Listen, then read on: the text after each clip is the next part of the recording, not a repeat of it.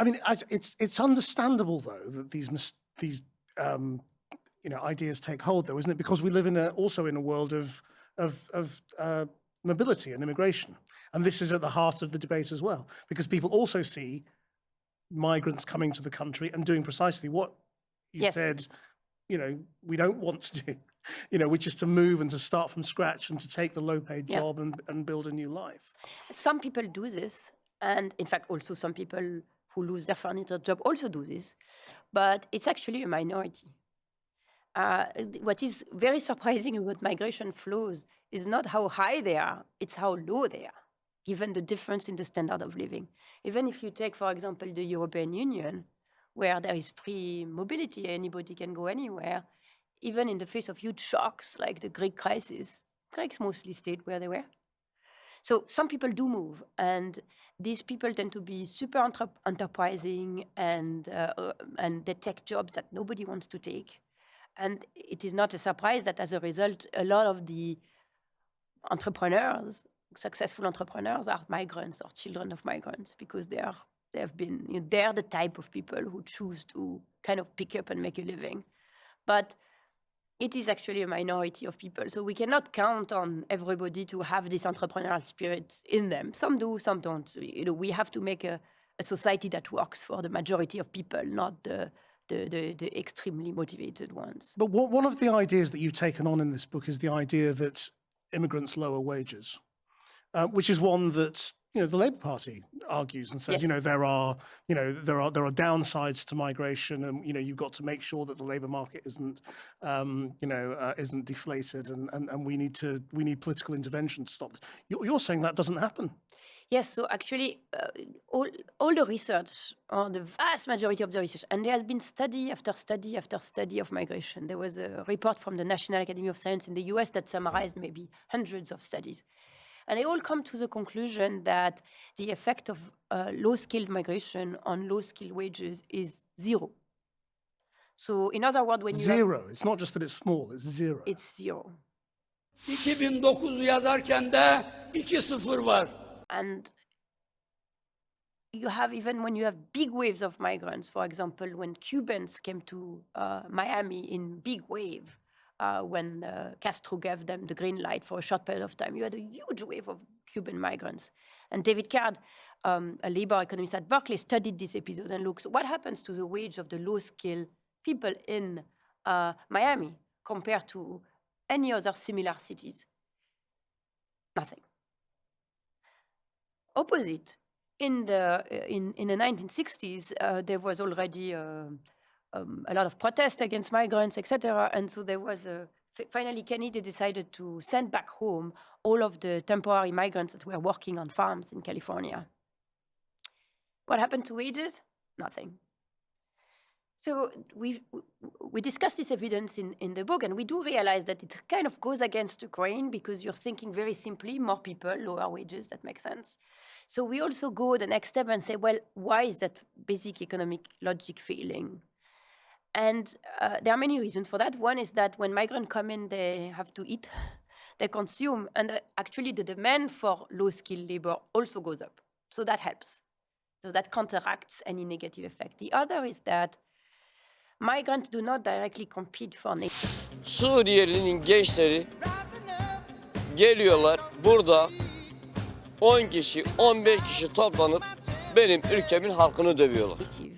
Because the native workers are already ensconced in their relationship. Most labor market relationships are very much ones of networks and of trust, etc.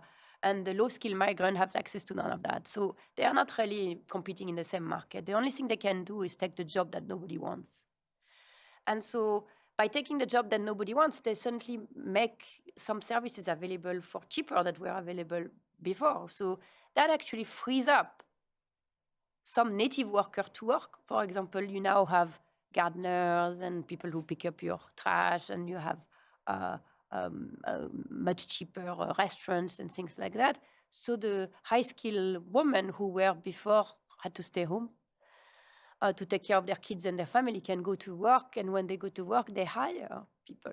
And that also contributes to create employment for the native workers. Also, what happened in the case of the farmers in in California is that when the migrant got sent home, the farmers mechanized. They didn't replace the migrant by a native worker because they knew the native worker wouldn't take the job. They just mechanized. So again, another reason why migrants do. So we try to go through this to say, don't just take our word for it. First of all, this is what the evidence shows across a variety of contexts. And second of all, these are the reasons why you have no reason to fear low-skilled migration.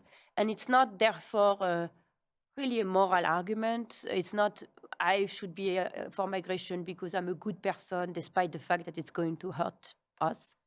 It should be, look, the economic impact is going to be rather small. But this is a very well-rehearsed argument in this country now. And when people hear that argument, they often say, but what about the impact on services, on school places, on how easy it is to get an appointment in my hospital or doctor's clinic?